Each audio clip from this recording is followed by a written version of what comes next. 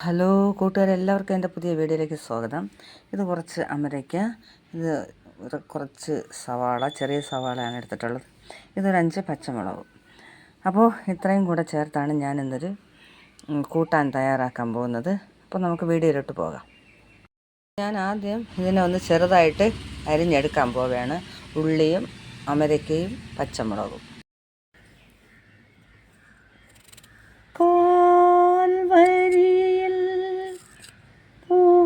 തുലഞ്ഞ രക്തപുഷ്പമേ,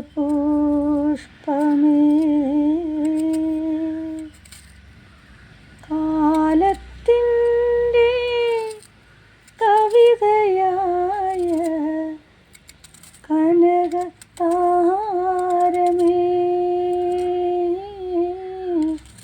കാൽവരിയിൽ പൂത്തുലഞ്ഞ രക്തപുഷ്പമേ, കാലത്തിൻ്റെ കവിതയായ കനകതാരമേ,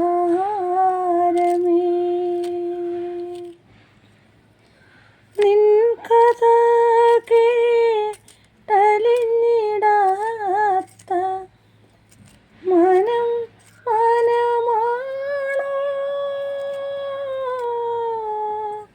നിന്റെ കീർത്തി കേട്ടിടാത്ത കാതു കാതാണോ, നിന്റെ കീർത്തി കേട്ടിടാത്ത കാതു കാതാണോ. അമരയ്ക്ക എന്ന് പറയുന്നത് ഏറ്റവും ഔഷധമുള്ള ഒരു സാധനമാണ്. പല്ലിൻ്റെ ബലത്തിനും ഷുഗറൊക്കെ ഉള്ളവർക്ക് അവിച്ചൂറ്റി അതിൻ്റെ വെള്ളം കുടിക്കുന്നതൊക്കെ ഏറ്റവും നല്ലതാണ്. ഞാൻ പറയാതെ തന്നെ എല്ലാവർക്കും അറിയാം. അപ്പോൾ അതിനെ അരച്ച് ചേർക്കാനുള്ള ചേരുവകളെന്ന് പറയുന്നത്, ഞാൻ ഒരു മുറി തേങ്ങ എടുത്തിട്ടുണ്ട്. അത് മിക്സിയുടെ ജാറിലോട്ട് ഇടുകയാണ്.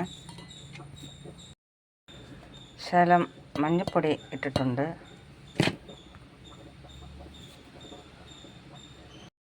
ജീരകം ഇട്ടിട്ടുണ്ട്. ഇതിലോട്ടൊരു ശകലം മുളക് പൊടി ഇടുന്നുണ്ട്. വെളുത്തുള്ളി ഇട്ടിട്ടുണ്ട്, ഒരു 3 അല്ലി വെളുത്തുള്ളി. മിക്സിയിൽ വെച്ച് ഒരടി അടിച്ചെടുക്കുകയാണ്. അപ്പം ഞാൻ ഇതിലോട്ട് യോജിപ്പിക്കാൻ പോവുകയാണ്. ഇനി പാകത്തിന് ഉപ്പ് കൂടെ ചേർത്ത് ഉപ്പ് ചേർത്ത് യോജിപ്പിച്ച് വെച്ചിട്ടുണ്ട്. ഇനി ഞാൻ കടുക് താളിക്കാൻ പോവുകയാണ്.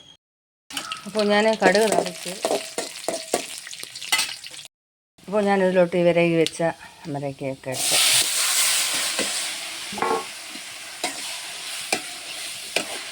ഇത് തോരൻ രൂപത്തിലും നമുക്ക് എടുക്കാം, കുഴമ്പ് രൂപത്തിലും എടുക്കാം.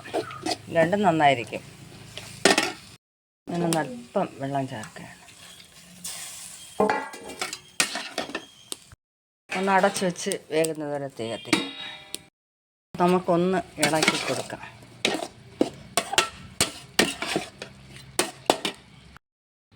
അപ്പോൾ നമ്മുടെ അമരയ്ക്ക കൂട്ടാൻ റെഡി.